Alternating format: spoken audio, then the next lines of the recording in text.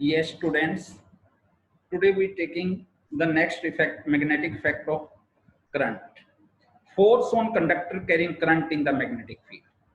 Force of conductor. AM Ampere suggested that if a current carrying conductor produces a magnetic field and exerts a force on the magnet, then a magnet should also exert a force on a current carrying conductor. Ampere suggested if a current carrying conductor produces a magnetic field and exerts a force on a magnet, then a magnet should also exert a force on a current carrying conductor.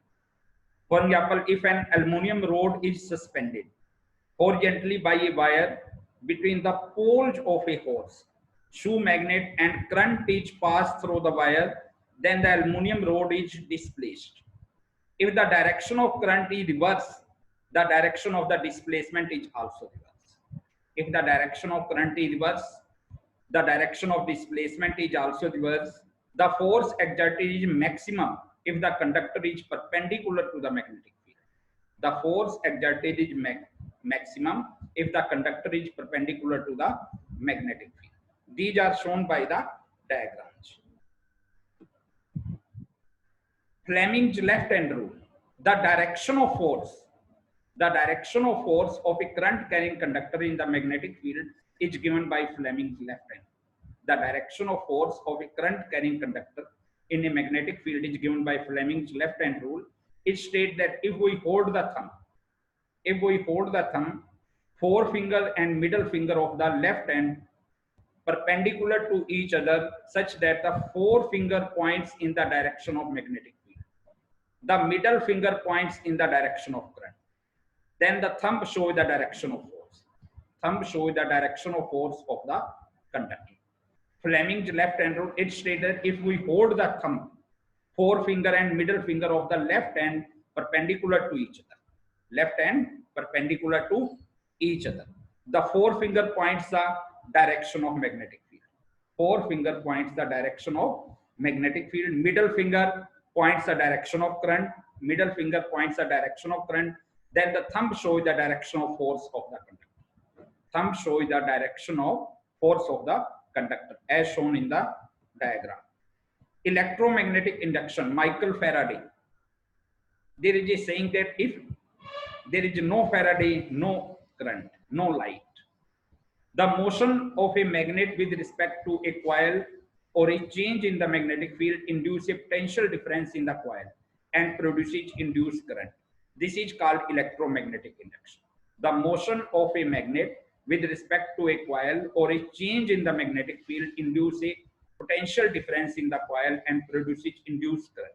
This is called electromagnetic induction. Motion of a magnet with respect to a coil produces induced current. Motion of a magnet with respect to a coil produces induced current. If a magnet is moved toward or away from the coil, if a magnet is moved toward or away from a coil of wire connected to a galvanometer, the galvanometer needle shows a deflection. This shows that current is induced in the coil due to the motion of the magnet.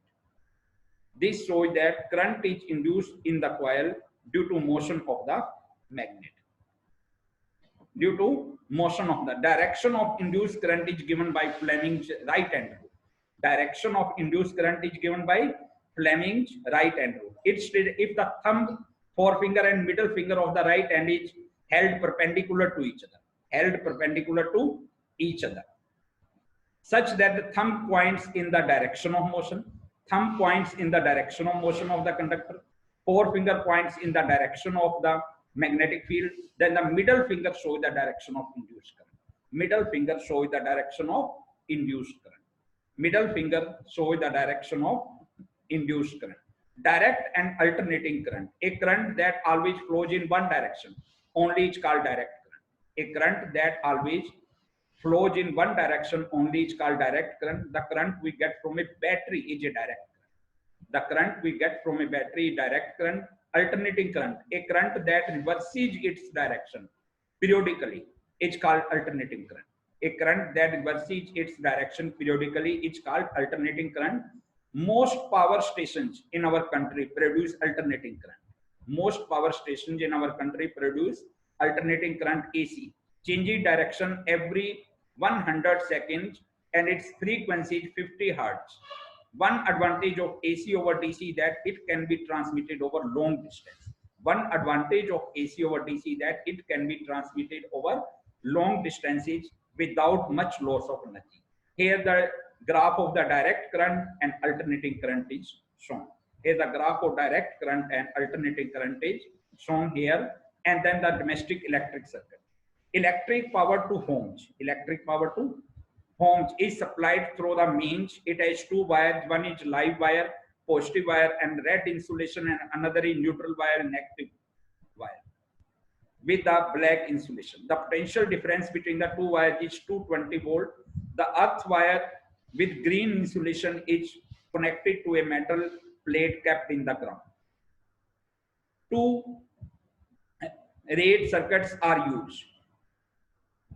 One is of 50 ampere for the application with high power rating like geysers, etc. The other is 5 ampere of fans, bulbs, etc.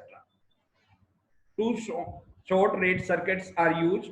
The different appliances are connected in parallel to so that every appliance gets the equal voltage, and even if one is switched off, the others are not affected. The appliances having metallic body like electric iron, refrigerator, etc., their metallic body connected to the earth wire so that if there is a leakage of current, it passes to the earth and prevents the electric shock. It passes to the earth and prevents the electric shock. After that, the electric fuse. Electric fuse is a safety device used in electric circuit to protect the circuit and appliances from damage due to overloading and short circuit. To prevent from overloading, and it is a wire. What is electric fuse? It is a wire having high resistance and low melting point. It is a wire having high resistance and low melting point.